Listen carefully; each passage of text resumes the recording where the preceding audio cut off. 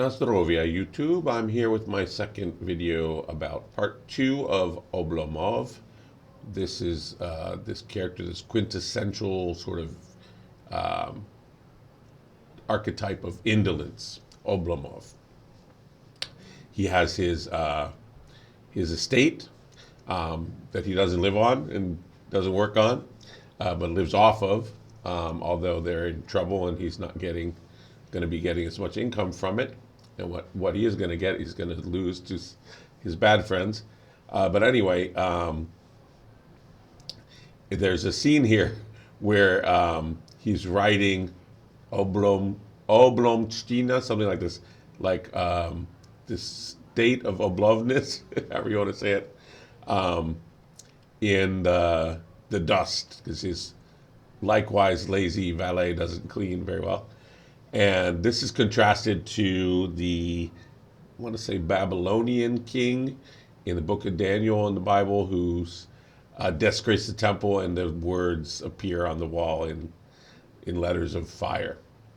This put me in mind of really where Oblomov sits in terms of this kind of a character, of which he's not the only. It's called, it's a trope in Russian literature called the superfluous man. In the ancient times, this would have been seen as sin, right? The sin of sloth, deadly sin. And in modern times, one might diagnose Oblomov with maybe depression, right? Doesn't get out of bed, doesn't have motivation, doesn't feel joy in things. And between that, olden times and nowadays, we've got Oblomov, which I would argue is more in the comic position. Although certainly there's an earnestness also to Oblomov, but there is something comic also about him as a type. So what I'm going to look at today is 4 influences on Goncharov's writing of Oblomov that are mentioned in the beginning of part 2, Goethe, Schiller, Rousseau, and Byron, and that Oblomov is said to have read in his youth. His motivated friend Stoltz reminds him of, he used to have it going on, reading these things, getting excited. What happened? And I'm also going to look at some kind of motif that appears in this part to do with clothing. Let's start with Goethe. Goethe is famous, of course, for Faust. Also, Sorrows of Young Werther. I think it's Sorrows of Young Werther that is the influence here. Because of course it was very much compared to Turgenev's Diary of a Superfluous Man, which is the Oblomov type to a T. So I can kind of see where Goethe's linked here. There's certainly no Sturm und Drang. There is maybe some anti-bourgeois stuff going on. Maybe aimlessness. There is an aimless interlude in Goethe's Wilhelm Meister, but in other ways, those characters are a little bit different. I would say that Oblomov fits this type in terms of sensitivity, but in terms of intelligence, he's not uneducated. It's hard to tell. It's hard to tell his intelligence.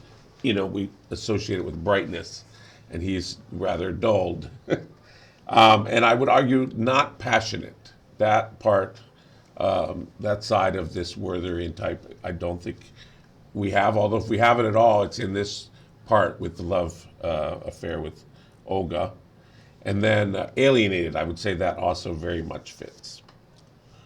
Now Rousseau, here we have a guy who wrote Emile, about how to educate a child, even though he abandoned his,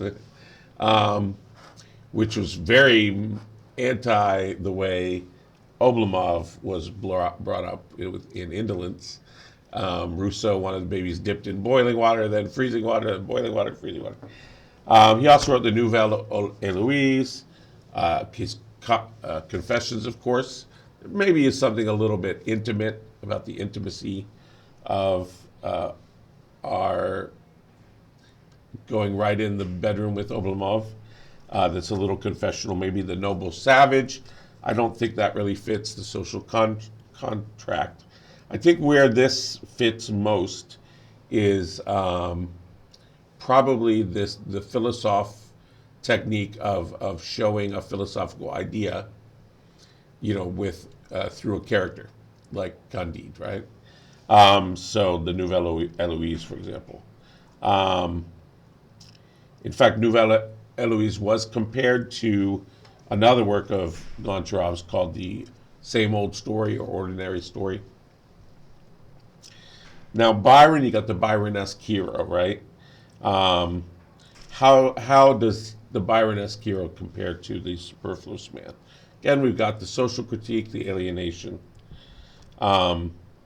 Vice, possibly vice. Although outside of sloth, Oblomov is not so much sinning. Cynicism, I don't read Oblomov as cynical. Bored, maybe, definitely, could give that. So Byron wrote, Don Juan, the Hernani, Battle of Hernani, the Child Herald. He has this stereotypical hero, which is brooding, flawed. That very much fits, and very much also this, the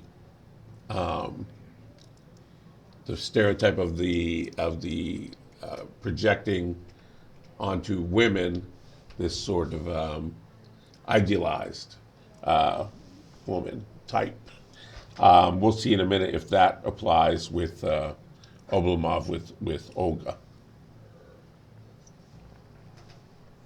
Right, so this brings us to Schiller. Schiller wrote plays. William Tell is one of the big ones. Don Carlos. Honestly, this is the one I want to throw out to you guys. I'm not too much seeing the connection either to Goncharov or Oblomov with Schiller. He was a big on aesthetic education. He thought aesthetics were moral, morals.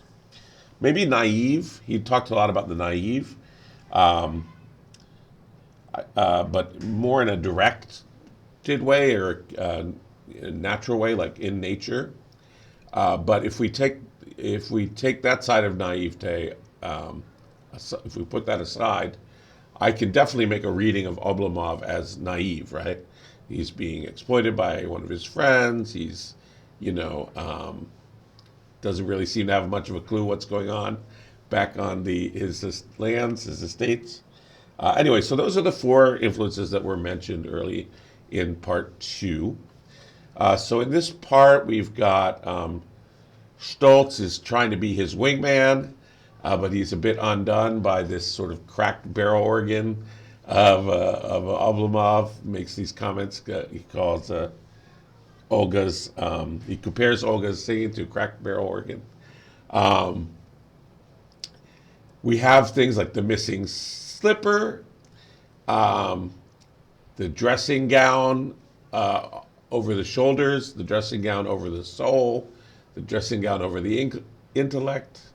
We have at one point odd socks are called criminal. There's a lot of just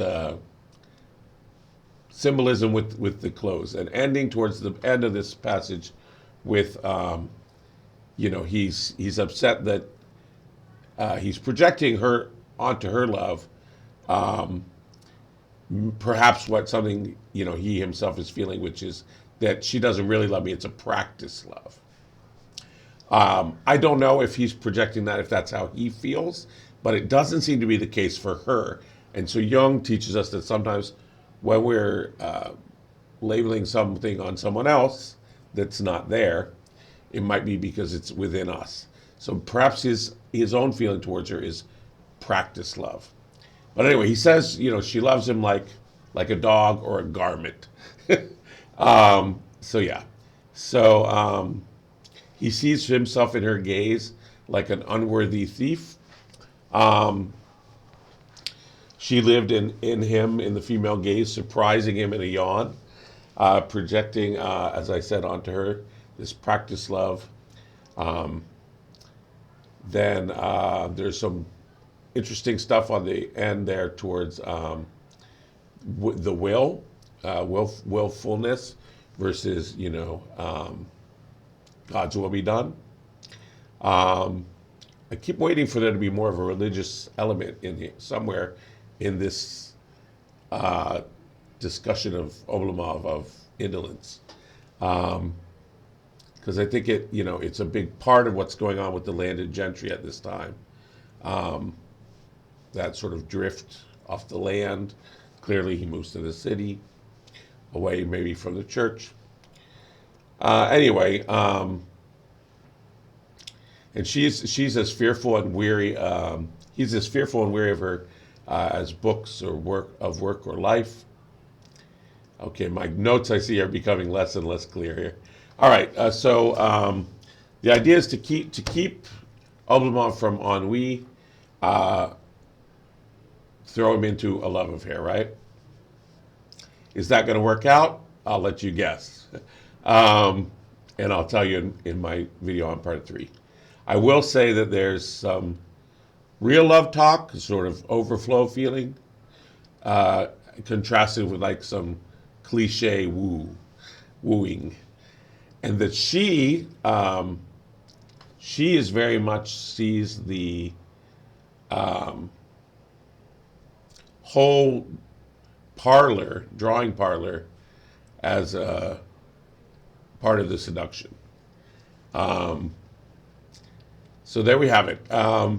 Some influences, this weird clothing trope, and I'll be back with more next time.